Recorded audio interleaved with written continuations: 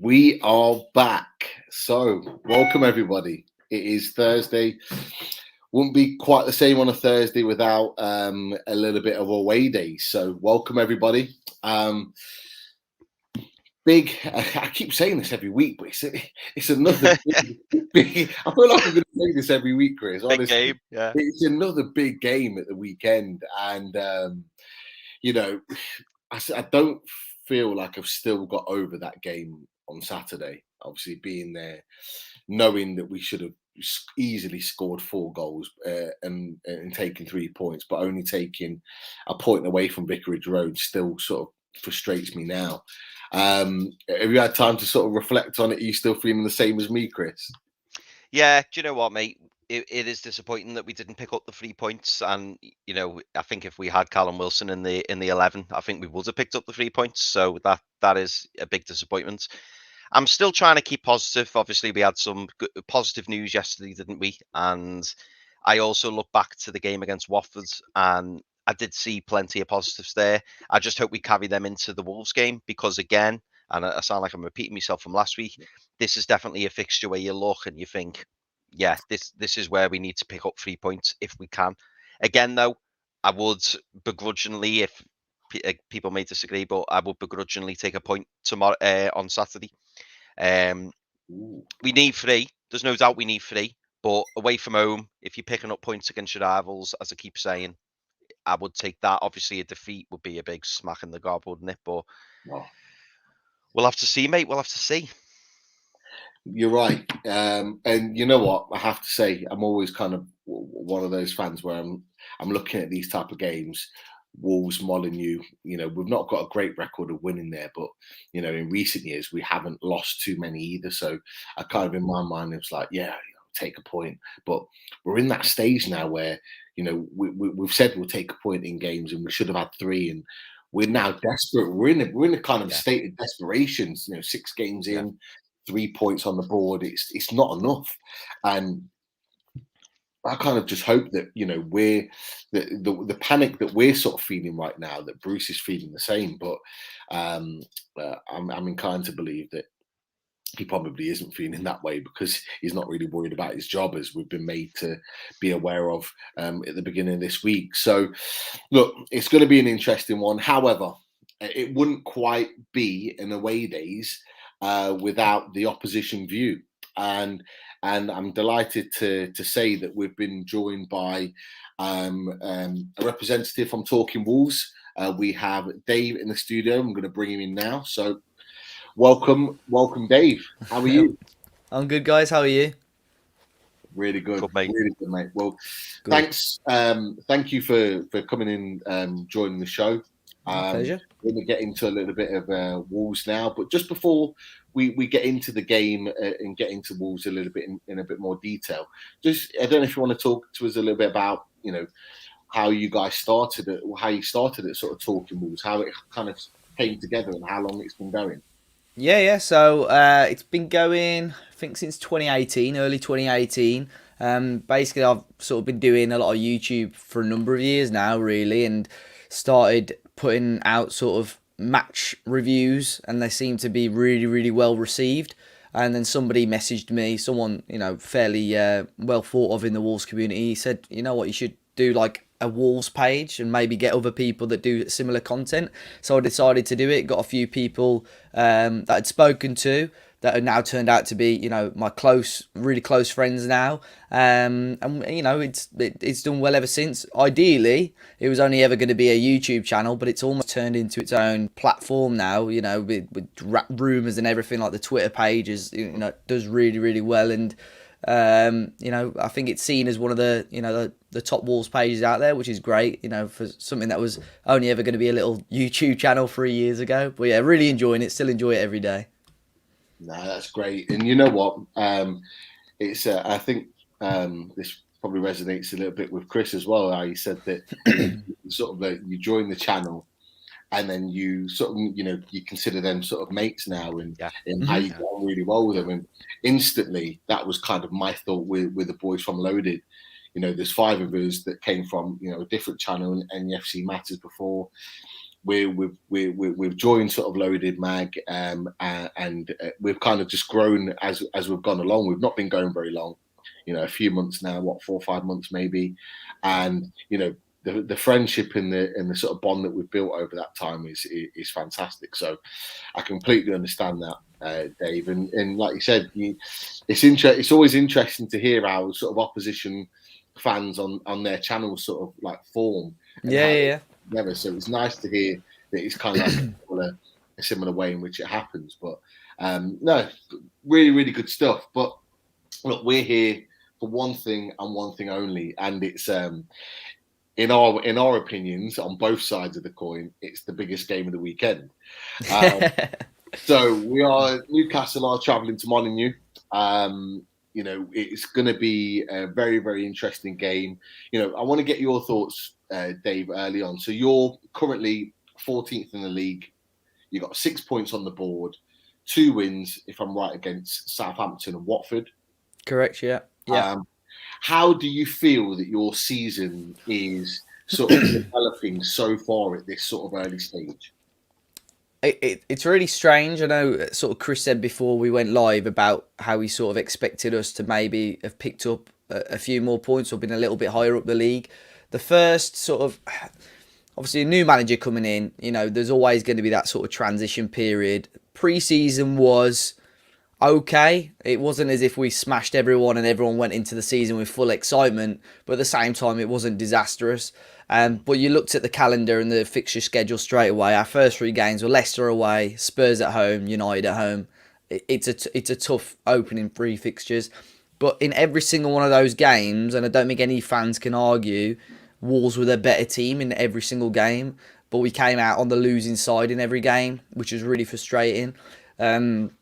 Leicester, we should have done better against. Spurs, I still don't know how we lost, and United as well. We were really unlucky in that game, and then we had the international break, and it almost killed that sort of momentum. I say that, but we went on to beat Watford then in arguably our worst performance out of the 4 games, but we managed to beat Watford 2-0. The main thing in those opening 3 games were the amount of shots that we were having on goal. I think we were second in the league for the amount of shots that we'd had on goal, just behind Liverpool. So the amount of times we were peppering the opposition's goal was great. A complete contrast of last season under Nuno, where we struggled to get a couple of shots on goal a game. Right. And then after that Watford game, we played Brentford, and you think, on paper we can start to get a little bit of momentum now, but we were absolutely it was disastrous against Brentford at home as well. We were so poor. We didn't put a shot on target all game, and just let them, even right as they scored their first goal in the first half, they mastered the dark arts. And I don't want to, no disrespect to Brentford in any way, but the time wasting, and they did it just enough so it didn't tip the referee over the edge either, just every time. And I saw a stat after the game. I think the ball was only in play for about 49 minutes of the match or something like that. And added 6 minutes towards the end, which I felt, didn't do the game any justice.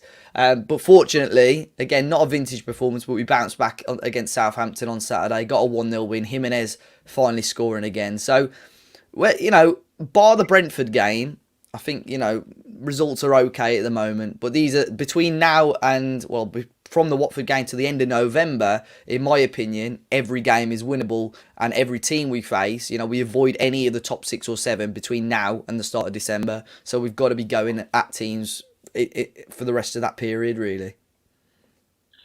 No, really interesting to hear that. And definitely, certainly some of the stats that you've mentioned in terms of shots and various other things.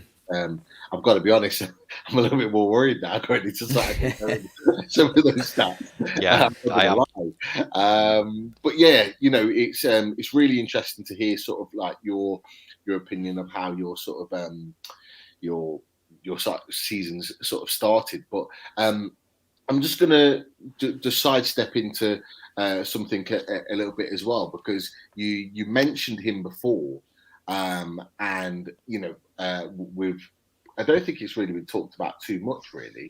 In that, Nuno Espirito Santo has obviously left the club. He went to Spurs, and you've got your new manager in sort of Bruno Lage now, and you've talked a little bit about how he is changed the team a little bit. Initially, were you disappointed that Nuno left? Yeah, it's confusing Nuno and Bruno. I still use the same chants now, but change Nuno's name to Bruno's name. And that's class. In pre-season, I was singing Nuno so much. I was like, I had to correct myself. I was really disappointed. I think from sort of about January of last season, we lost to West Brom, and people were starting to get really, really frustrated. And I think it was almost Nuno's success was his own downfall last year, because he came into this club, won us the championship, and got 2 7th place finishes the following 2 years. So last season was really the season where he just didn't do much. And part of the blame, I think, is definitely on Nuno and how he set us up. But part of the blame I felt was on the board as well, because our transfer windows have been really underwhelming. And whilst teams were like West Ham and even Villa were sort of making their steps forward, we were just standing still. So we were just getting left behind last season. But he'd set us up so negatively. So, like I said, from about January of last season, fans were starting to turn. On Twitter, it was very 50-50, Nuno in or Nuno out, which a lot of outsiders found really surprising. They just couldn't get their head around why we'd want him to go. So, when the news came just before the end of the season, I was really disappointed. Somebody messaged me saying he's gone, and I thought it was a wind up. And obviously, I checked the official, pages, and it was a done thing. And I managed to get a ticket for our final game of the season when they, allowed a few fans in, and it was really emotional to see him go. And then when Bruno had come in, he wasn't my first choice. He was linked literally as Nuno had left. Yeah, he was like the first choice, and there was other managers available that I sort of felt had a bit more experience and calibre behind them. But Bruno, you look at, he's only managed at a first team level, managed Benfica, and he absolutely smashed it with them. The amount of goals they scored, the title, he won a title when, out of them and Porto, they were out of the race, and he came in and he just changed their season. I think they finished unbeaten under him. And you can see that. You can see the winning mentality in the squad already. The first 3 games, the way we attacked Manchester United, attacked Tottenham, it was, playing out such a high line. Was ridiculous, and I think now we've just got to make sure we can sort of translate that sort of style of play against the smaller teams, or against, not smaller teams, but the teams that are going to be lower down the table that are sometimes tough to break down. And I think that's almost probably what we expected against Brentford, and we were surprised when they sort of came out and attacked us. Sat really deep, but their counter-attacking style was fantastic, and they did a job on us. But we're hoping, already we're seeing much more positive and attacking football. Dave, I'm worried here, mate. I wasn't expecting this. I'm probably the most positive Wolves fan though, so take everything I say with a tiny pinch of salt anyway. I tell you what, you need to bring some of that positivity over to the NUFC social media world, because it definitely don't feel like that over here. But you pretty much answered that first question from Mad Mark, really. In terms of Bruno Lage and the way he set up and his plans, his identity seems very, very different now to Nuno, and it's really interesting to hear that, because from the outside looking in, it seemed like, the way Nuno set up, that everything was all rosy, but clearly there were some sort of elements to his management that weren't really, to the fans' liking. So that was interesting. But Chris has got another question up on there. Chris, I don't know if you want to read that one. Yeah, so we've got a question here from Mad Magmark. To me, Wolves look to have lost their intensity in recent seasons in favour of possession-based formula following key player sales. I mean, Mark makes a really good point there, Dave. And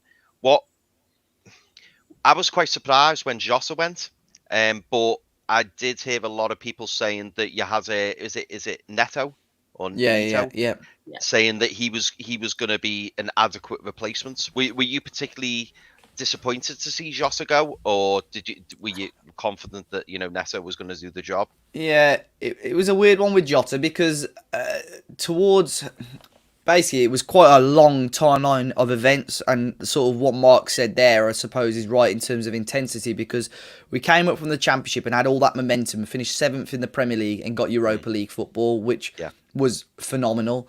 The following season, we did really, really well, both in the league and in Europe. And right when we hit lockdown, we were 5th in the league, 2 points outside the top 4. And then after that, I think we probably only won 1 or 2 games after lockdown. Got to the quarter-final of the Europa League, which I think is still a mad achievement, really. I think we lost to the eventual winners. And Nuno said after that game, he said that I want to change the style of this club. I want to be more possession-based. I want to attack more. And we saw almost the opposite last season. So I don't know what he did over. I think it was so disjointed at the start of last season anyway, because we started quite late, and a week before the season started, we had an international break, which I still can't get my head around. So the pre-season was just all broke up. But regarding Jota, after lockdown, he became like 2nd or 3rd choice left winger, because he was just so out of form. He just didn't seem on it. And we had Neto, sort of, who had started quite, you could tell he was a young player coming to a new league, but he just started getting better and better. So at the time when Liverpool, made the bid, I think it was the right decision for all parties. Wolves were moving on a player, making a good amount of profit, and he was sort of out of form. But Liverpool was still signing a player that still had potential, to go on to become a really good player. As we've seen at Liverpool, better players around him now, and he's scoring more goals. So part of me was disappointed, because he was with us in the Championship and did really, really well. But at the same time, I felt it was the right time for him to move on and obviously move to a bigger club as well. Yeah. And you got a good price. Very good price. Yeah. I think we paid about 12, 13 million for him, and got about, although they're paying it in ridiculous installments, we got about 40, 45 million for him, which I think is a really decent amount of money anyway. Definitely is. And you've also got another guy, I'm not sure if you already mentioned it, Podence. Yeah. He's also in there now. He hasn't really hit the heights that I was kind of expecting him, but I can't remember what game it was. It might have been at the beginning of lockdown, but I remember watching him, and I couldn't help see the resemblance in the way in which he moves, he stands, where he plays with Eden Hazard. Yeah. He has that very much that similar stance, and I watched him play, and he terrorised. I can't for the life of me remember what team he played, but he terrorised that defence. I thought, you know what, there looks like a real player on there, and I know he's had these sort of flash moments, but is he someone that you kind of are sort of like banking your future on in terms of him really sort of pushing himself forward, or is he just going to be a bit of a squad player? It's a weird one with him, because with Podence, every time he starts to get a bit of momentum, he gets injured, and that was it last season. He got a lot of injuries, which was frustrating. One of the games, I don't know if it's the game you may be thinking of, was against Arsenal, and it was actually the same game Jimenez got the serious injury in. And when that happens so early in the game, you think, right, the players aren't going to be up for this. But him and Neto that game were ridiculous, and I think the goal he scored in that game, he got the ball, Leno came out to it and he scooped it over Leno and then just tapped it into an empty net. It was such a good goal. But he's like that. He's got, like you said, he's got those flashy moments, those moments of brilliance. We've seen him, he came back from his injury in a return match against Nottingham Forest in the Cup, did really well. And now he's actually broken into the team again. Ahead of, and started on Sunday ahead of Adama Traore and ahead of Trincao. I don't think he was particularly great against Southampton, so I do wonder if he'll start on Saturday against Newcastle. But definitely a fantastic squad player to have, and if he can keep fit, I'm sure he'll get plenty of goal contributions this season. No, I would agree. He's always been a tricky player, and he'll definitely have his moments. I just hope it's not. I do say this to everyone that comes on this show. Jesus, I know, this is it, isn't it? Dave, I've got a couple of questions for you. Well, I say a couple of questions. It's one question, but it's about 2 players. And these 2 players, from the outside looking in, like I've seen them play. I watch Match of the Day religiously, and I like watching all the other teams and stuff. Obviously, I watch Newcastle live, or I go the game for Newcastle, but I like looking at the other teams. And there's 2 players for Wolves that have interested me, and I just wanted your opinion as a big Wolves fan. The first one is, excuse the pronunciation if I've got it wrong, but is it Ait Nouri? who's the left back. Now, I've Mhm. seen him play a handful of times, and he's always impressed me. Sometimes he'll come on, as a sub and like a cameo. Other times he started, and I just wondered. And the second person as well is Kilman, who I believe plays centre back alongside like Cody sometimes. And I just wanted your opinion on those two players, because I know the young up and coming players, and like Ait Nouri doesn't always get in the team, but whenever I see him play, he looks really good. And I just wanted to know what you thought of him, and also with Kilman. I think Yeah. Kilman got man of the match on his debut, didn't he? Yeah. So Ait Nouri is a strange one really, because we'd been linked to him for a few years. Well, I say a few years, maybe a year or so before we signed him, and he was linked with some top clubs, to be fair. And when we signed him initially on loan with an option to buy, I was really excited. And he came into the team last season, scored on his debut against Palace. It was a strange one with him, and I think Nuno's tactics possibly held him back a little bit, because he's this, quick, skillful, attacking wing back, and he was playing in this like really defensive formation. So when we, at the end of the season, we had an option to buy on him, and it just seemed to drag on, and it seemed like we were going to be letting him go. But eventually, we did sign him for about £10 million, I think. And I expected him to be in this squad. Johnny, our other left back, has been, got serious injury again, and it was going to be Ait Nouri or Marçal. And Ait Nouri played a lot of the pre-season games further up the pitch as like a left midfielder, whereas Marçal, started every game more or less as a left back. And I think everybody wanted Ait Nouri to start, but for some reason, Lars just preferred Marçal.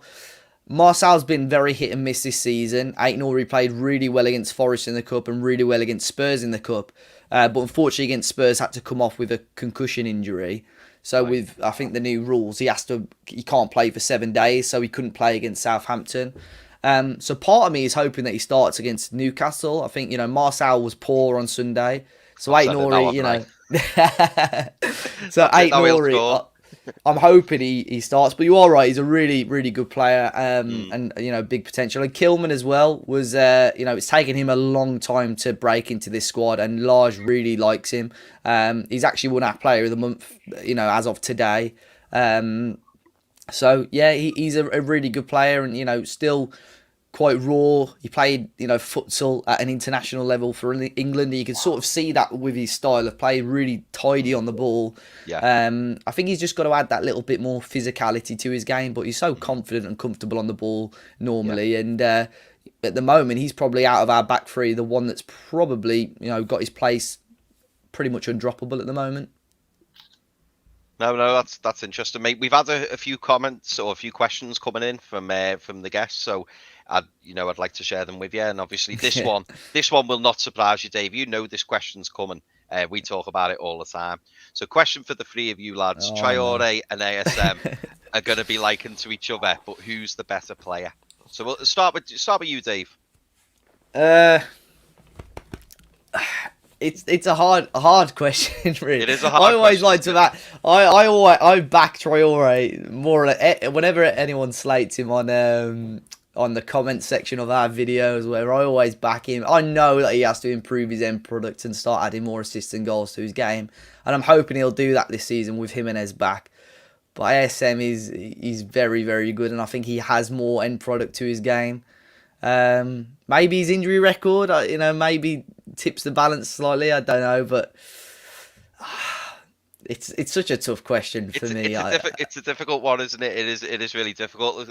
We were talking about it a few months ago, and the way that we answered it, I suppose, was we were saying to ourselves, well, would you swap ASM for Traore? And for me, Dave, I wouldn't. Even though I am a huge fan of Traore, like he's like one of these like rough diamonds, isn't he? He's got all the talent. He's built like a brick shit house, isn't he? He's absolutely massive. I find it fascinating how he doesn't work out or go to the gym. Apparently, like look at that. He's just a unit, isn't he? Jesus Christ, man! And he's quick. He's so quick, yeah. Do they still line him up? Yeah, they still do all that. Yeah. That's probably the best way to decide that. Would you swap him? I'd probably maybe after a bad game, I'd probably say yes, definitely. Yeah. You know, I would swap them. So yeah, you're probably right there. That's probably the easiest way to decide it. So I like them both though. Yeah. You know what? I really do like them both, and I think on their day, both of them are unplayable. So Yeah. you go back to the Man United game at Molineux, and I was watching that game. And the first 15-20 minutes he had Man United on toast. On that counter attack he was just destroying them, and to be fair, it was kind of like a travesty that you guys weren't 3-0 up after sort of 20 minutes, as you'd already talked about. It was crazy, and he was the reason for that, because he just breaks at so much pace. And bearing in mind, they got Rafa Varane at the back there, and he's not slow himself, but he just he was made to look average in terms of his pace because he just couldn't handle him. The only thing I'll say about Traore is that, and it's a great point that Chris made, in that he's a rough diamond, but he's been a rough diamond for so many years now. Yeah. I'm not really seeing the sort of next progression, the next stage of his development, and I think he's like 26 now, isn't he? Yeah. He's getting into sort of like the bulk of his career, so it's a really sort of like difficult position that he's in now. In that, where's the next move? Where's the next stage? Where's the next development? Whereas like ASM I think he's just turned 24. We can see as Newcastle fans, and we've talked about it a lot, that we can see now the development. We can see that he's really kicking on this year, that he's starting to produce a lot more. He's starting to have real effect in the game, that it's not all just like kind of fancy movements and trickery. He's actually getting some sort of end product to his game. Yeah. And going back to the game against Watford, and I was there, it was kind of like he got his assist. Yes, a simple pass to Longstaff, and it was a great goal. But he really should have done a Pogba. He should have had 4 assists that game, because he gave Willock a one-on-one. He gave Jacob Murphy a one-on-one. I think he'd played in Longstaff for 2 other chances, at least on 2 occasions, and I think there was one other that he created in the game. He could have had at least 4 assists in that game, and they weren't half chances; they were great chances. And we're starting to really see that. And I think, and you probably won't know this, Dave. Obviously, he's playing as a central striker at the moment. He's effectively playing as our number 9 with Callum Wilson unavailable. And there's a lot of question marks about ASM playing up there, and people would rather play him on the left.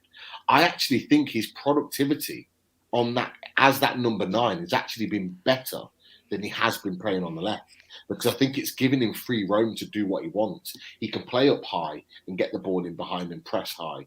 He can get the ball and drift left or drift right. He's literally been given a free roam to go, you know what, just do what you need to do. And players, we've got runners like the likes of Willock and 1 or 2 of us that can get in and around him and create that other little bit of damage on the counter. So, but for that reason alone, I would say that ASM on his trajectory is further ahead than Traore. But that's no disrespect to Traore, because he's had big moments during his time in English football, for sure. And when you come from Barcelona, like, you're not a bad player. Yeah, exactly. You're not a bad player. You've got that intelligence and that quality about you. Yeah.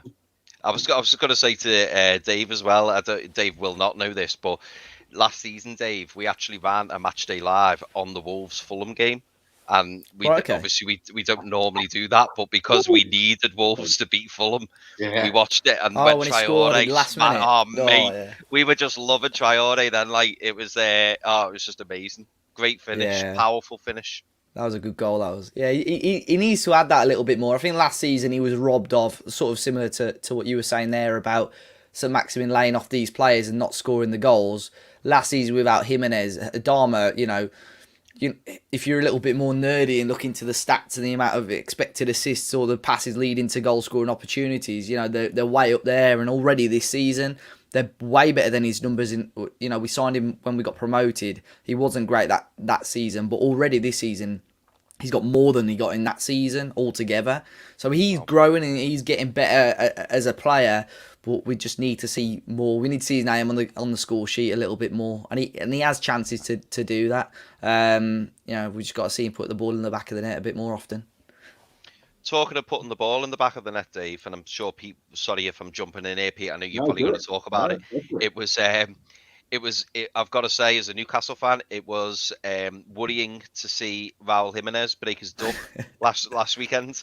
I made up for him on a personal level. Made up for him, and he fully deserved it. And what a finish, by the way. His little twinkle feet. Great finish. But as a Newcastle fan, it worried me a bit, because I thought this, that is the last thing we needed to see. And I'm a big fan of Raul Jimenez. So it was nice as a football story to see him score, and well, you can see from that picture, the passion he shows, and a big moment for him. But do you think now that's going to open the floodgates? Do you think he's going to really kick on? And you probably expected him to score this weekend, I would have thought. I hope so. It's a funny story, really, with that, because I think it was where I work is in Compton, so not too far from the training ground, and they've got like a little Sainsbury's local there, and it's not been for ages, but you used to always see players in there every now and then. And last week, like in the middle of the week, I saw Jimenez in there in this Sainsbury's, but he was paying as I got to the checkout, so I missed him. I was gutted. And then on Saturday lunchtime at work, he was stood right next to me in the meal deal section. I was like, just stood there, when you don't know what to say. And he walked past me. I was like, Raul, can I have a picture? So I put this picture on Twitter. And then I put on Sunday morning, I said, if he scores now, today, you know why? And obviously he went and got a goal, so people messaging me like, you got to make sure you see players every week at Sainsbury's or whatever. It obviously great to see him score. He was really good. He just got himself really involved and could have so easily scored right at the end of the game. He had a great chance where it was 2-on-1, him and Traore, and I think in hindsight he probably should have laid off Traore, and maybe would be having a different discussion about Traore if Jimenez had passed. But he was getting himself in those positions, and like you say, he just showed with that goal a lot more confidence on the ball, where he's almost sort of been, snapping at his chances a little bit. He showed real confidence with that goal, and the Jimenez of old. So I am really hoping that that can sort of trigger something now. He's got that really difficult time trying to find his first goal. And now hopefully, his record for Wolves is fantastic. Playing at a Premier League and Europa League level, his record is fantastic. So I'm really hoping we can start seeing him add the goals. I think even before he was injured last season, he scored 4 goals in 10 games, which I think is a really decent record. So fingers crossed we can start seeing him put the ball in the back of the net more often again. Well, look, we've got Joe Linton that scored 4 goals in 70, 80 games. So if you got 4 goals in 10 games, I would take that all day long. But we've got some stats there, obviously, that was brought by Mad Mag Mark, just from Traore, just kind of segueing back a little bit. Traore's record over 4 seasons, 7 goals, 13 assists, compared to ASM's over 3 seasons, 8 goals and 12 assists. So I actually didn't know that, but that's sort of, not shooting that stat down, what sort of games are they, Mark? I don't know, ASM's been injured a little bit and Traore has probably missed quite a few, so it probably is similar games, to be fair, but I'd be interested to see if there's a mad difference in games on those as well. But it doesn't surprise me. I think ASM, like we've said, has got a better end product and adds a bit more into the back of the net. Well, Gary's come in with a really important question, a tough question. Would Dave swap Raul Jimenez for Joe Linton? You know what? We were linked with him before you boys signed him, that same window. And I looked at his numbers in Germany, and I was like looking at it, and I was like comparing him, because he played for Hoffenheim, looking at like Firmino's numbers when he played for Hoffenheim before he moved to Liverpool. I was like, these are really similar sort of outputs as well. So I was quite excited, and it was obvious that Wolves didn't want to pay the money, so Mike Ashley was stupid enough to do it anyway. It's the only time he's been stupid enough to do it. And he made the wrong decision on the player. But I have to say, being honest, Dave, I think if it had gone to Wolves, I think we'd have seen a better player. Yeah, I think I do. I think our club is in such a mess right now, and we've got such a poor manager that's guided him from the beginning of his transition into English football in Steve Bruce. You know, Yeah. you can't ask for a worse manager to guide you into a new league, the toughest league in Europe, or potentially the world. It's we get on his back, and he isn't good enough. He hasn't produced the goods as a number 9, certainly for the price tag of £40 million. But you have to look at things and you think, is he being coached right? Is he got the right manager? And I do believe that when he eventually leaves, and he will leave, but whatever team he goes to, just like we're seeing Yoshinori Muto right now, who's banging in the goals in Japan, and it's like he's a completely different player to what we brought him in for £9 million. Is that you will see it? You will see Joe Linton improve as a player, and it's a bit of a shame, to be honest. But just going back to Raul Jimenez, because when Chris brought that up, that was exactly where I was going to go next. I was going to go to Raul Jimenez, which is absolutely perfect. And you've talked about him, and you've talked about him sort of rediscovering his confidence and rediscovering his ability. The one thing I want to know is that with Raul Jimenez, he was a bully. He wasn't just a workman. He was a bully. He was good, big, strong. He was good in the air. Now, obviously, with him taking such a serious head injury, what's he been like in terms of his aerial prowess since he's come back? Because that was a big part of his game, and he was really dominant in the air.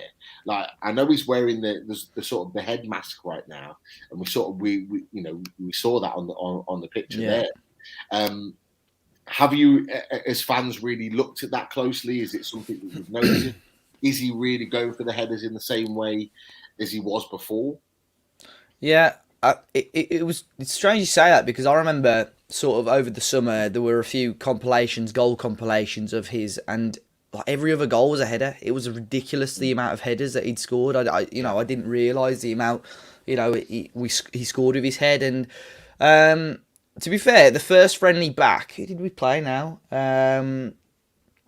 We played like a League 1, League 2 team in a friendly, and he played about half an hour of that game. And the first thing he did was a long ball forward, and he won a header. And everyone was like, oh, all right. And everyone could breathe now, because he's still going up for those headers and so on. But yeah, he still seems confident in those 50-50s. And you say like a bully type striker. Sunday was the first time I'd seen him, bring that back. He gave the Southampton defence an absolute nightmare. A couple of over the top balls by Jose Sarr. If you watch his goal back, that's exactly what he does. Gets his body in there to beat the first defender and beat the second defender, and that's how he gets the goal. And the big chance right at the end, the exact same thing. Someone like it was Romeu for Southampton, big massive bloke, and Jimenez bullies him and leaves him on the floor. And to create a massive opportunity. So I think he's starting to get that confidence back now. He might have been meeting me at Sainsbury's, who knows, but he's starting to get that confidence back now and looking really good. But I think it was against Brentford. He had a big chance where he got crossed in and he headed it wide, and he took his headband off and threw it off in anger, because I think he blamed the headband for him not being able to get the header on target. And he actually played the last 10 minutes without it. And he's had a warning and stuff from the management and stuff like that. But I think in games like that, where it was such a frustrating game anyway, stuff like that is going to annoy you. But he just seemed to have so much more confidence again on Sunday, which is good to see. This was a guy almost 10 months ago that possibly thought he was never going to play football again. So it's really good to see him get the confidence back, and fingers crossed start scoring some more goals now. It's interesting you say that as well, Dave, about the headbands, because Pete, if you get the picture back up, I noticed when it was on, it's quite padded, isn't it? Yeah. There's one side a lot. I think his right hand side is a lot more padded than the rest of it, and obviously that's where the injury was. So you are right. If you connect at any part of that, you're not going to really get a clean connection on it. I think Bruno Lage explained it quite well. He said it's like playing football with a helmet on. You're never going to get the ball exactly where you want it to go.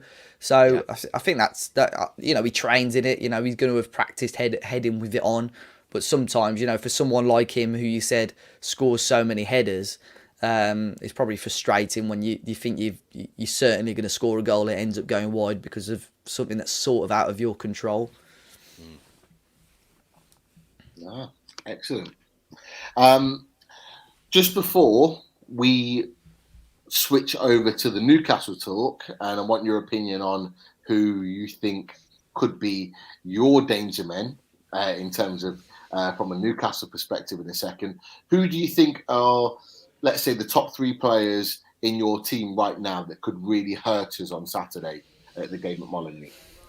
Let's go. Jimenez, definitely. I know we spoke about him just then. I think he's starting to get that confidence, hopefully, at the right sort of time. Adama Traore, again, somebody who we mentioned, definitely. He'll drive us up the pitch, and I'm not sure if he'll start on Saturday because he didn't start on Sunday, but I'm hoping he does. So Adama, Jimenez. Trying to think of maybe one other. It's the front 3 really, but it depends who starts. So it's going to be one of Pedence, Hwang Ki-chan, or Trincao. But Hwang, I really like. His work rate, his pace is really, really good. I reckon he might start on Saturday as well. So possibly Hwang as well. Got himself a goal against Watford and just looks like a really dangerous player. So let's say Jimenez, Adama, and Hwang. Okay. Because I've got Hwang and Trincao up there, and obviously Trincao is the one that got the most sort of media press because he came on loan from Barcelona, and he looked like a really, really good talent, but he hasn't really played that much, has he? He started the first 4 games. He started, and I think did he start the Brentford game as well? He may have started the Brentford game. I think the last game actually was the first game he'd been dropped in. So he's got plenty of minutes, but it's taken him a long, long time to sort of get into the season. I think the Watford game he played really well in. Brentford game, no one played fantastically. And I think Bruno just was desperate to start getting some goals, so changed it up completely for the Southampton game. But I like Trincao. You can see why Barcelona signed him. A very tidy player. But again, it's one of those, he's still very young player coming into this very physical Premier League. It's just going to take him some adjusting and getting used to. But fingers crossed, there's still so much of the season left to go. Fingers crossed we see a little bit more of him throughout the rest of the season. Nah, great points. But look, we're going to switch now. We're going to make the switch to Newcastle. And we talked about it initially. Whether we want to make the switch to talk about Newcastle or not, I don't know. But look, we are desperate for a win, and I have to say, and I don't know whether you agree with me, Chris, that we are currently we're on an upwards trajectory in terms of our performances, in terms of the amount of chances that we created. I think on Saturday at Watford we created 20 plus chances in the game, which is not like us. No. It's not like us at all. We went through games last season, games in which we won, in fact, where we probably created around 5 chances in the game, but we're creating more chances. So although I maybe have been slightly harsh on Newcastle at the beginning, we are looking to go in the right direction, but we just haven't got the points on the board to kind of to suggest that we are making that improvement. Chris, what do you think? What do you think is needed, or what do you think is necessary going into this game on Saturday? Is there any particular changes that need to be made? Personnel, formation tweaks? I know we made a significant tweak on Saturday against Watford. Is there anything that we feel that we need to make going into this game Saturday? Well, what's interesting is I was having a look before coming on here, and I've just had a quick look now. What's interesting, and correct me if I'm wrong, Dave, but it looks like you play 3-4-3. Is that right to correct. say that? Yeah, correct. Now, you won't know this, Dave, but we've been playing 5 at the back now for God knows how long, and only recently we've switched that now to 4 at the back, and it's definitely looked more positive.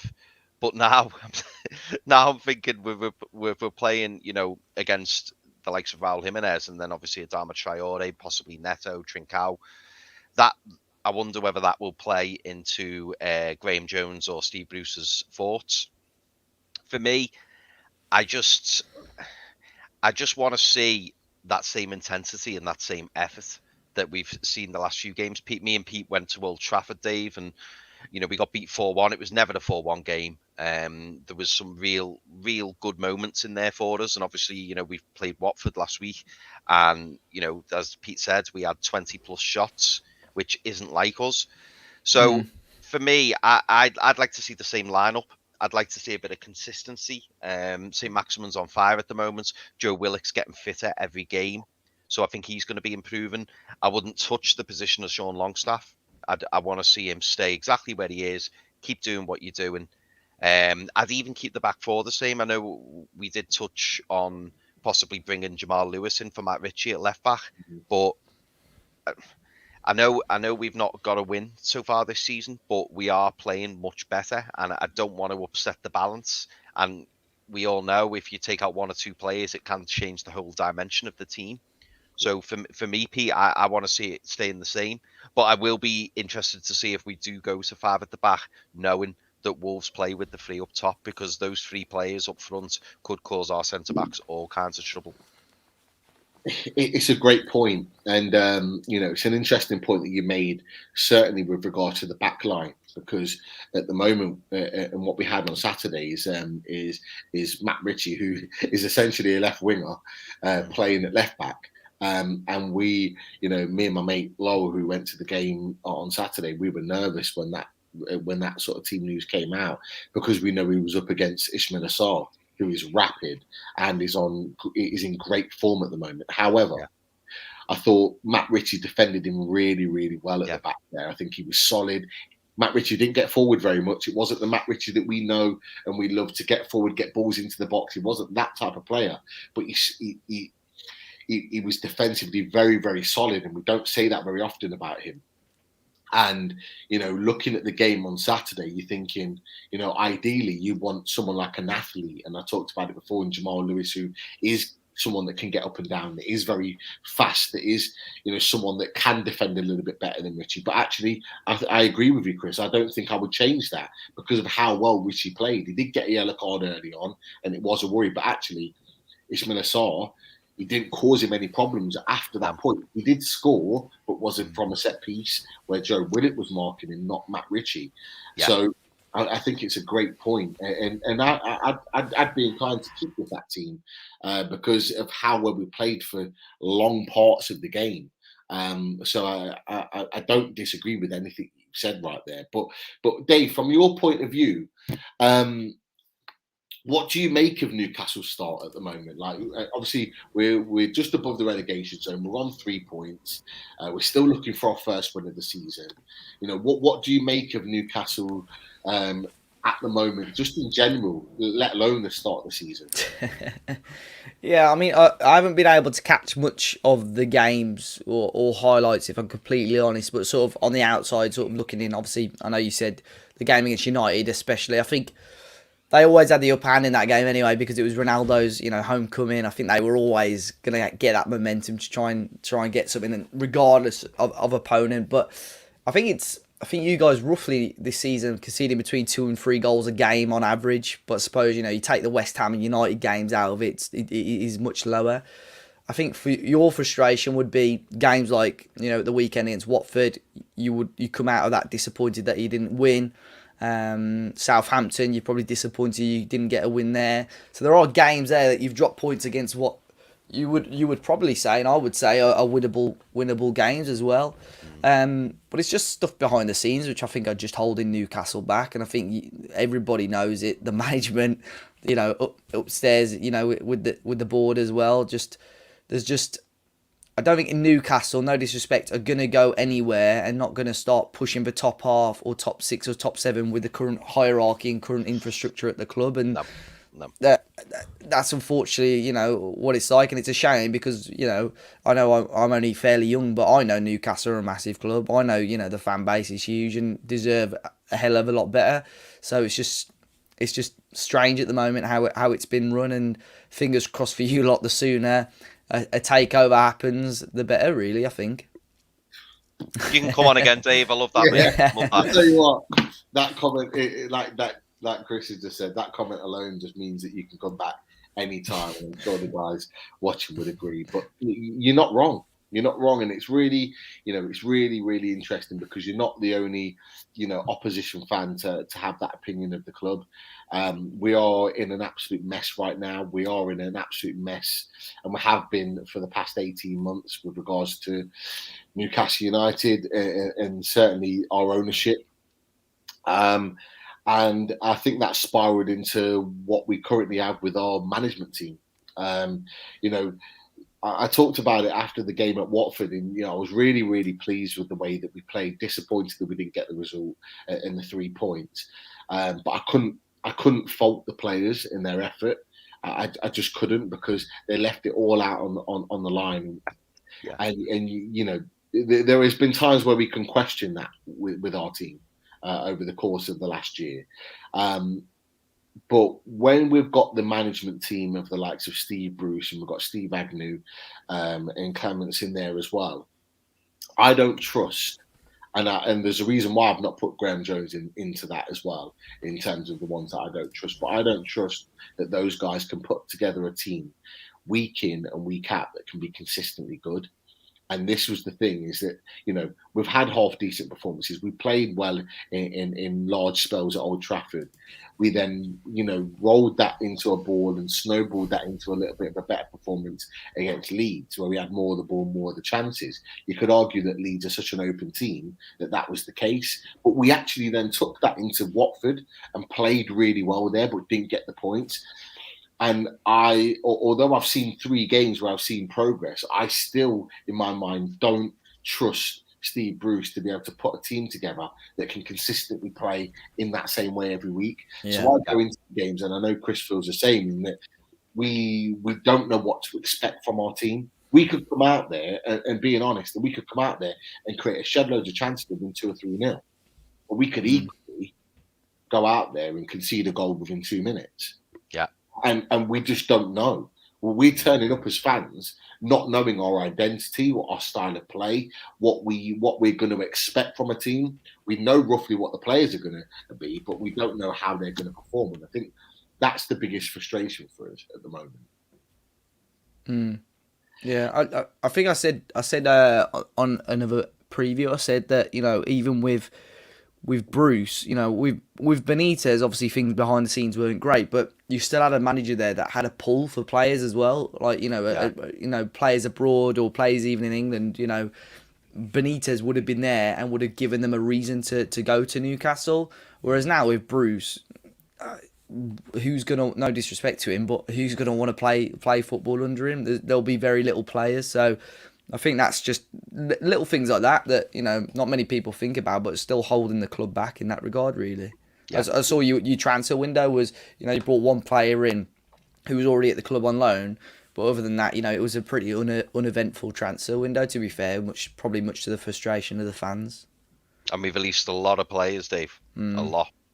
So, as Chris has just mentioned, the players that we've released is amassed to probably over £200,000 worth of wages a week. And bearing in mind, the guy that's probably on the most amount of money is either maybe John Joe Shelby or Callum Wilson, which is probably just shy of £100,000 a week. That's our most expensive player in terms of wages. That's a significant amount of wages that we've released from a number of players. So you would think that we've got money there to play around with, but we haven't. And this is where it's sort of like the cat case and the takeover starts to play into this, because there's a reason why we haven't signed players, and we are going on sort of more hope than actually looking to build this club, because ultimately the owner doesn't want to put money into a club that he doesn't feel in a year's time he's going to be owning. He's not going to feel or reap the rewards of the players that he could potentially bring into the club. And I think that's the difficulty of where we're at right now. But, we are in a sort of a difficult position. I think, do you want to just read that quote out, or the question out? Oh yeah, so this was a comment from Gary Pete saying, "Cheers, Dave. Us, Wolves, Leeds, and the 2 Sheffield clubs are sleeping giants, but hopefully we'll be awoken in the not too distant future." Fingers crossed. Yeah, absolutely. I really do hope that's the case. But Dave, just before we go, I want to and I know we've got our resident statman in the green room, so I'm going to bring him in shortly. But just before, obviously, you leave us, what who would you say are your sort of main players that you think could really hurt your team, and where could they potentially hurt your team on Saturday? I know fans don't like to talk about that as much, but it'll be interesting from our point of view to know. Well, our back three, in my opinion, although I know we bigged up Kilman a little bit earlier on, but our back three is still, for me, way below the standard that we should be looking at. So I think, if if Sir Maximin is starting up top, I think, it will be really, really interesting to see how Wolves sort of defend against him and target him, really. But I think last season he had if I remember rightly, had a really decent game against us. So I think he's the obvious danger man for you guys, and could cause our defence problems. I think going forward, we're looking okay. Midfield, we're looking okay, but our defence for me is our weak point at the moment. And depending on who you guys play wide, if it is a five at the back maybe, and Richie's bombing down the left or whatever, I think those areas when we attack, our wing backs are getting really high at the moment, so maybe your wingers getting in behind those. But I think ASM is definitely the main danger man we've got to be looking out for. No, Dave, we've got a couple of questions in the chat. They're only quick ones because I know you've got to shoot, mate. So we've got a message here from Gary Milliken saying, question for Dave: who's the most hated team in the Midlands? If we say in West Midlands, I would probably say Villa. I'd say Birmingham don't like them. West Brom don't like them. We don't particularly like them. I think they're very much. I think they're very much stuck in the history a little bit. They always bring up their European Cup win whenever it was. So yeah, I'd probably say Villa. Yeah, okay, mate. Mad Magmar, come back to you about those stats. So there was 109 games for Traore and 57 for ASM. There you go then. I thought it'd be a lot closer than that, but yeah, I mean, the stats speak for themselves. Yeah, I did too. Gary also said Wolves have had some great players over the years: Derek Dugan, Kenny Hibbert, John Richards, etc. But who does Dave say is the best? I'll be honest, I'm way too young to have watched any of those play, to be fair. I don't know them either, Dave. Yeah. All days. Yeah, they're all from they're all 70s and 80s they are. So yeah, definitely way before me. What about the Steve Ball days? Yeah, Steve Ball. Even I miss Steve Ball like that. I'm not even too young for Steve Ball. Yeah. I was about the Steve Ball days. He's another one that you just see in random places in Wolverhampton. Steve Ball. This is years ago. I went to the casino after a game and it was dead quiet. It was just me and Steve Ball at the roulette table. It was such a weird experience. Really weird experience. I love it. I don't know. I mean, at the weekend, did he? No, yeah, I know. I bet he would have if he'd played. He would have if he was playing.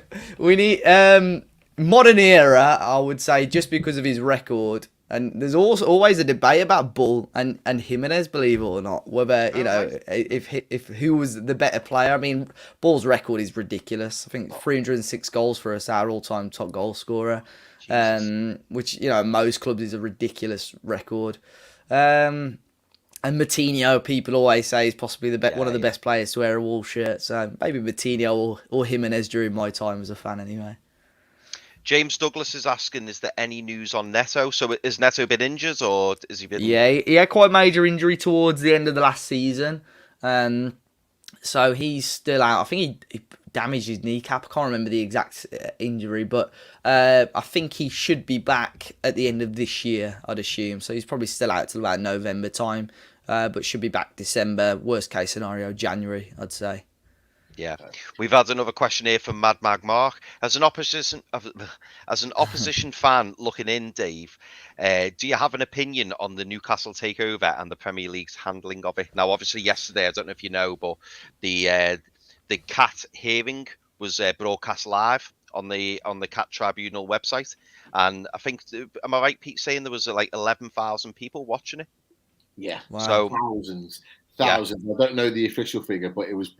I think it was between 12 and 15. Sorry, 10 and 15,000 that tuned in, and I think it was the most that had ever viewed a cat hearing before. And to be fair, the judge at the end of it, and Chris will know as well. He mentioned about the fact that there was that it was clearly of public interest because of how many people tuned in for it. So that can only help us for when they kind of make a decision. But we'll definitely get into that in a little bit more detail in our tomorrow's show. Yeah. I mean, I've not seen sort of obviously I've seen it on the news and so on, but I haven't really read really deep into it. I still, I don't know sort of your point of view where you guys stand on it, but I still just can't quite get my head around how there hasn't been a buyer, or how actually after all the stick he's got, not just over the last couple of years, but for a number of years, how he has still got full control of that club, and why he's not selling up. Because surely that he's had an offer that he knows is good enough to buy the club. And I don't understand what the Premier League, with some of the owners that we've had in both the Football League and Premier League over a number of years, I don't understand why there's such a big issue over this one at the moment. Yeah, no, we were just interested, from an outside point of view, because obviously we live, sleep, breathe it, don't we, Pete? So it was interesting to see, whether other fans are aware of it. Tom Dixon's asked a very quick one, but a great question. Where do you expect Wolves to finish this season, Dave? Around mid-table. It's probably going to end up I don't want to say similar position to last year, because I think we warrant a lot more than that, but maybe 10th. If we can creep into the top half, though, 8th or 9th, I'll be happy with that. I don't know if you're old enough for that as well, Dave. No, I know that one. I know that one. You know Neto, yeah. Oh God. But yeah, no, that's all the questions. But no, nice one for that, Dave. Cheers, mate. My pleasure. Absolutely spot on. So, to end, just before we bring Keith on, and to end your stay on the show, we always like to finish it with a prediction. So, with regards to the game on Saturday, where do you see it going? What do you think the result is by 5 o'clock Saturday afternoon? Well, like I said earlier, I'm always very, very positive. Even when the odds are against us, I always end up backing Wolves. But on this occasion, I think it's going to be a tight game, close game. So I'll go with a 1-0 Wolves win. Interesting. Very, very interesting. And you're right. They normally are very, very close. Well, it's 1-1, isn't it? Last 5 league games between us have all been 1-1. Yeah. So that would probably have been a better prediction, to be fair. Oh, Tom Dixon's agreeing with you, Dave. 1-0. Cheers, Tom. Yeah. There we go. Yeah. Not happy with that, Tom. No. Dave's happy with it, but I'm not. But you know what, Dave? Absolutely spot on tonight. Really, really. No, thank you. Time. I know you've got other streams to go to, and I didn't want to take too much of your evening up on the stream, but really appreciate your views. Really, really knowledgeable, not just about your own club, but just about football in general, which is thank you. From a loaded point of view, that's what we love. I'd love for you to come and join us again, or we join you in the build up 100%. to our reverse fixture later on in the season. So yeah, absolutely top man. Really, really appreciate that. And we'll be in touch soon. Best of luck for your season, apart from between Saturday. 3 p.m. and 5 p.m. on Saturday. Me and Chris always have to get that out before our guest leaves. But absolutely spot on, mate. Really appreciate it. No, my pleasure, guys. Thanks for having me, and enjoy the rest of your evening. Cheers, Dave. You too, mate. Cheers, guys. See you later. Take care, mate. Yeah, mate. Absolutely top man, Dave. Really, really appreciate it. You know what? And I said this last week as well. Like, I'm loving the guests that we're getting on at the moment. Because they are just top fellas, aren't they? Top one guys. You know, it's always good to get an opposition's opinion of our club, but always interesting to hear what's going on at other clubs as well, to give us an idea of what to expect in the fixture coming up. So Dave was an absolute legend. Do you know what, Pete? I love, and I don't know why I love it so much, but I like. Obviously, I've got opinions of players, and I'm not a fan of their clubs, but I love to hear their opinions of their players.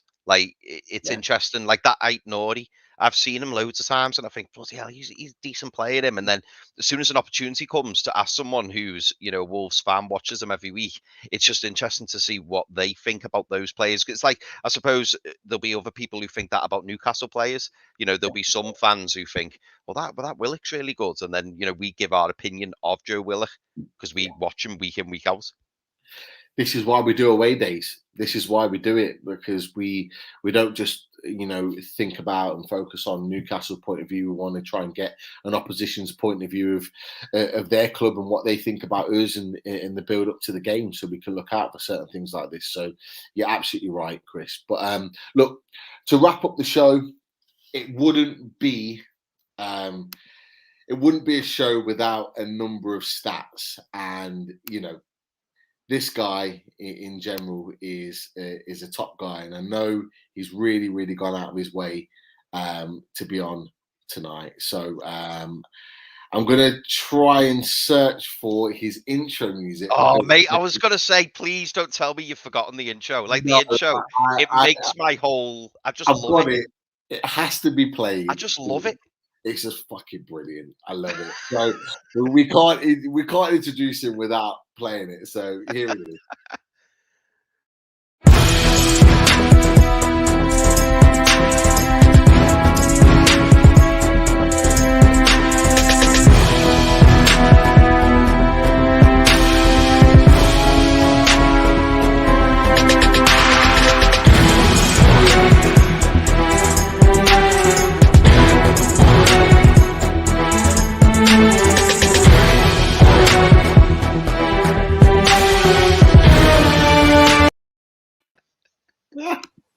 I just love it. Here he is. Get in there.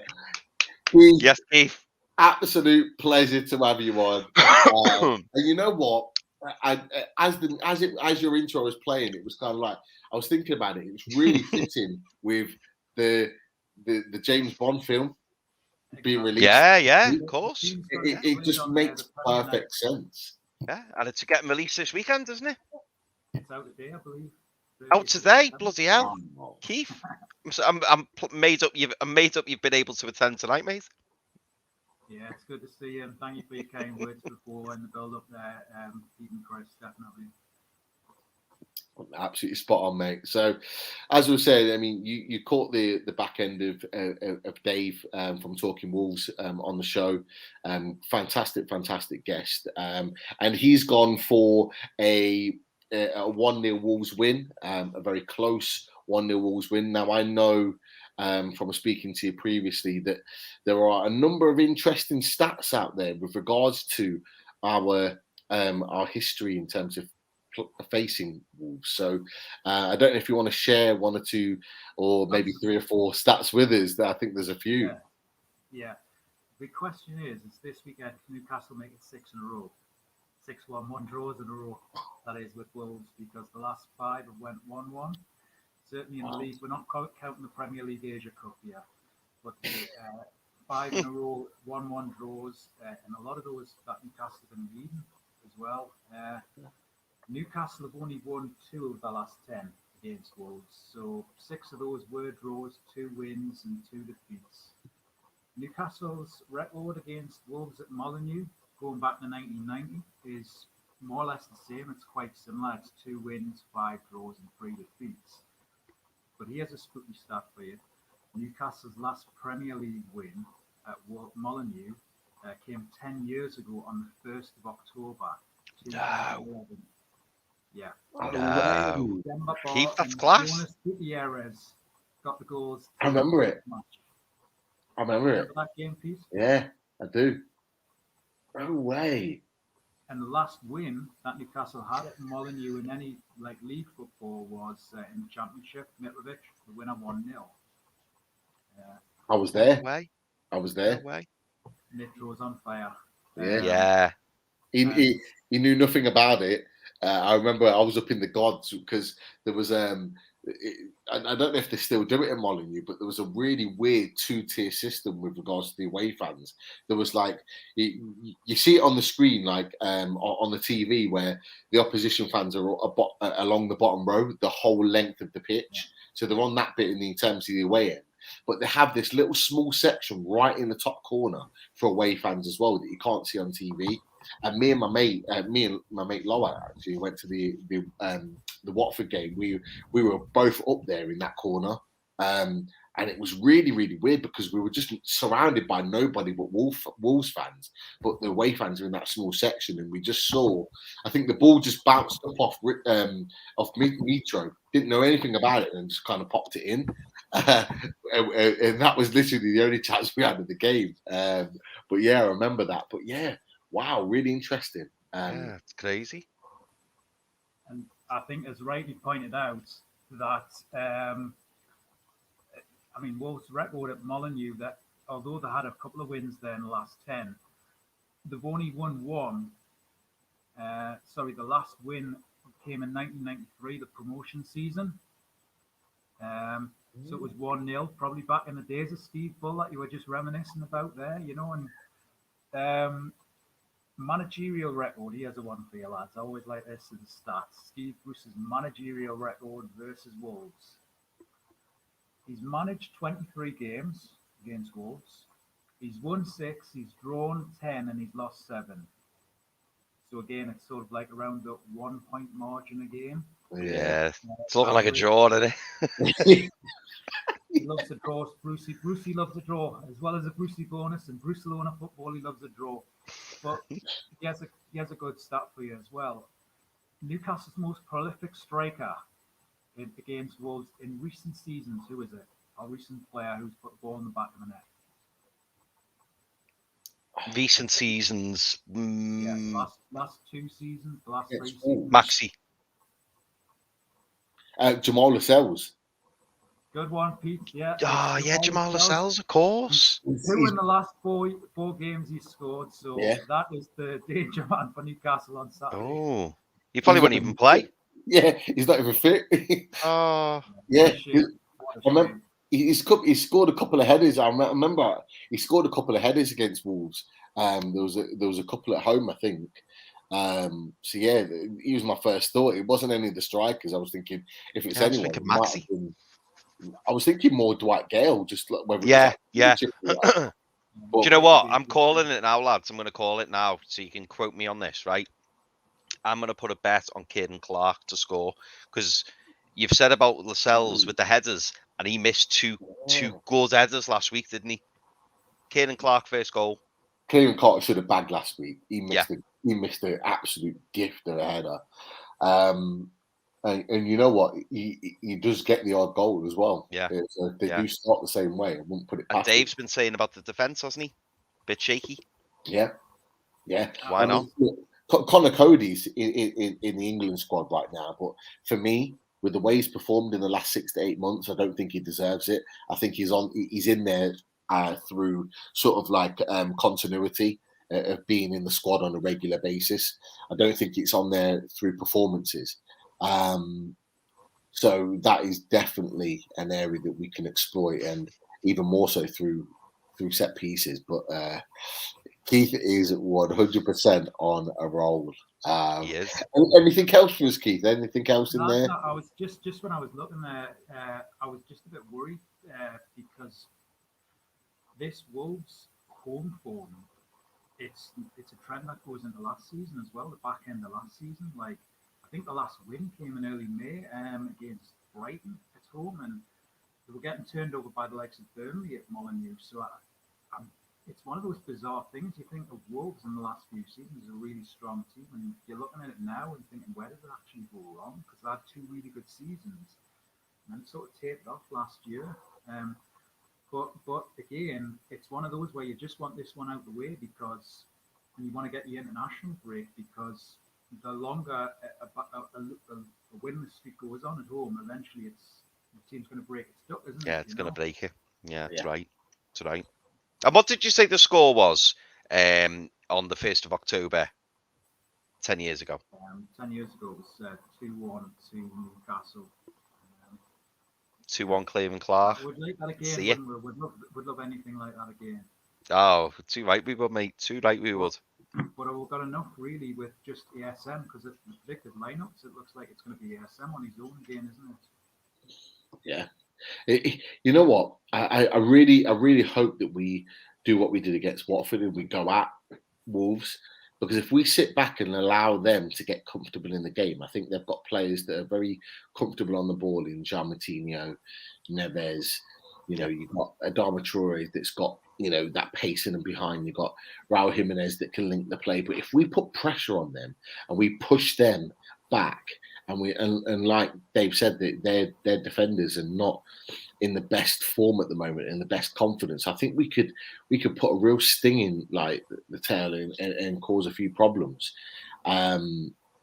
But it's whether we can do that, because we did that against Watford. We had a little shaky start. We had Darlow had to make a double save against Watford after about a minute or so. But after that, they didn't really create anything clear cut. But yeah, I just hope that we really put a performance in there on Saturday, because boy, do we need the points. And with it being an international break, the last thing we want it to be doing is talking about a defeat with Yeah. a 2-week break, and then with Tottenham then coming to us at St James's Park. Do you know what's interesting, Pete? What you've just been saying, then you've just mentioned their central midfield. Technically, their central midfield is fantastic, isn't it? And they've also got Dendoncker, who's been playing there. So they've got Dendoncker and Jean Moutinho, but it's not very leggy, is it? So you'd think against the likes of Willock, Longstaff, Miggy, that could be where the game's won. That could be where the game's won. Obviously, on the wings, very quick. What's that? He Chan Wang. I needed to check that before I started to try and pronounce that. You've got Adama Traore, you've got Podence, you've got Trincao. So the wings, so our wing backs sound like they're going to have a difficult game. Obviously, the centre backs are going to be focused on Raul Jimenez, but the central midfield, mate, that could be where we win that match. I agree with you 100%. And if you talked about the players going forward with the is it Twang, the Hewan Twang, their new player. You look at the likes of Podence, you look at Adama Traore. They're all very attacking minded players. None of them like to get back and defend. You got Chang that will probably get back, because Dave said he's a bit of a workhorse. He likes to work back and forth. But the other guys don't like to defend. You look at Dendoncker. He's ultimately, he's a defensive midfielder, so he'd be doing it on his own, because Jean Martino does not like to defend either. And he's not the quickest at all. And in the last couple of years, he's lost a yard, if not more, of pace.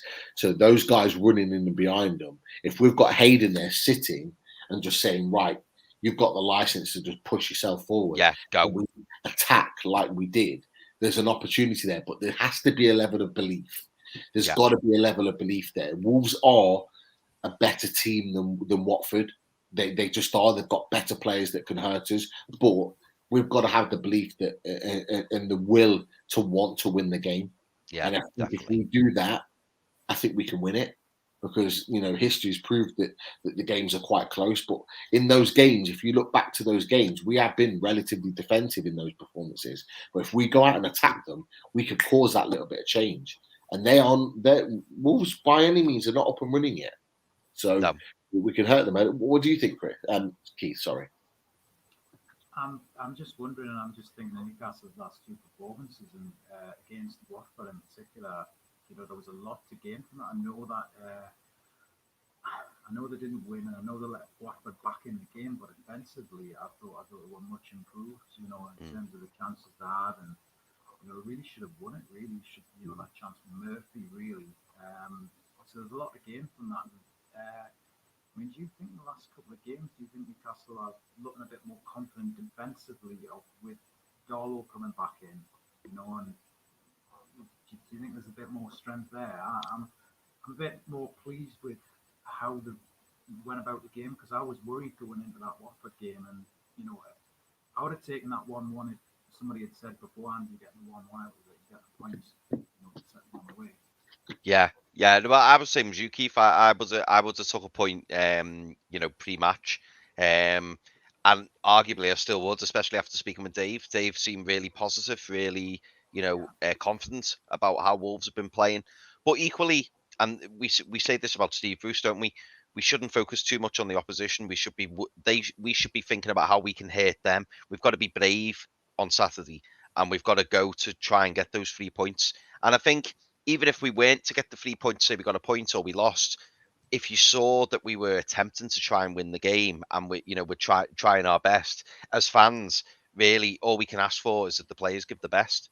It's when you watch performances and there's no effort, there's no organisation, there's no plan. That's where the frustration starts to come in. But we have seen that in the past few games. Like I have been buoyed by some of the stuff that I've been seeing, and it's exciting to think that Joe Willock's going to be getting his fitness back. Sean Longstaff's starting to look like the player we all know he can be. And that was the best game I've seen Miggy play as well. Miggy has been out of form for quite a long time now, but Miggy has a really good game. So I'm holding on to positives. And when you've got Alan St-Maximin up front, I don't care what anyone says.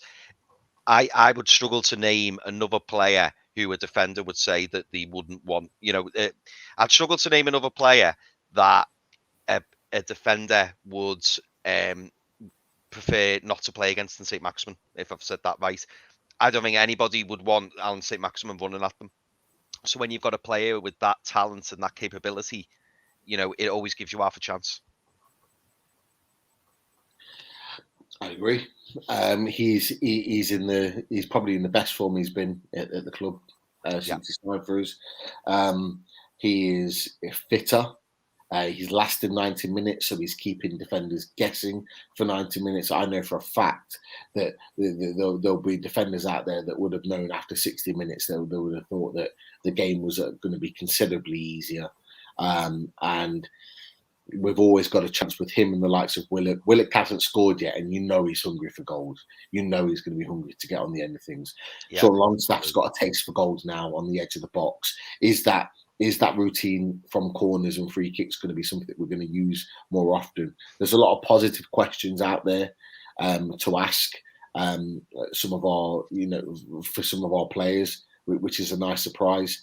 I would love to, Gary, do the pre-match talk.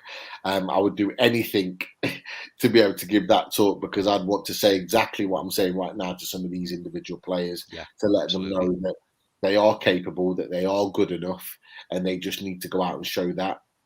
Whether Bruce says that or not is a different matter. I don't believe he does. I don't even believe he says too much in the pre-match talk. I think it comes from everybody else.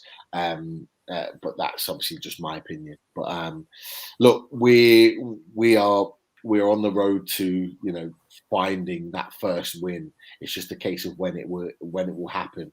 And I pray, and I've got fingers crossed that it happens this Saturday. But we're going to end it there, because I think we could talk about this all night. And it's already been a fantastic chat with Dave on the show, with Keith joining us, throwing us some fantastic stats as always, with the main man, Chris Hall, alongside me.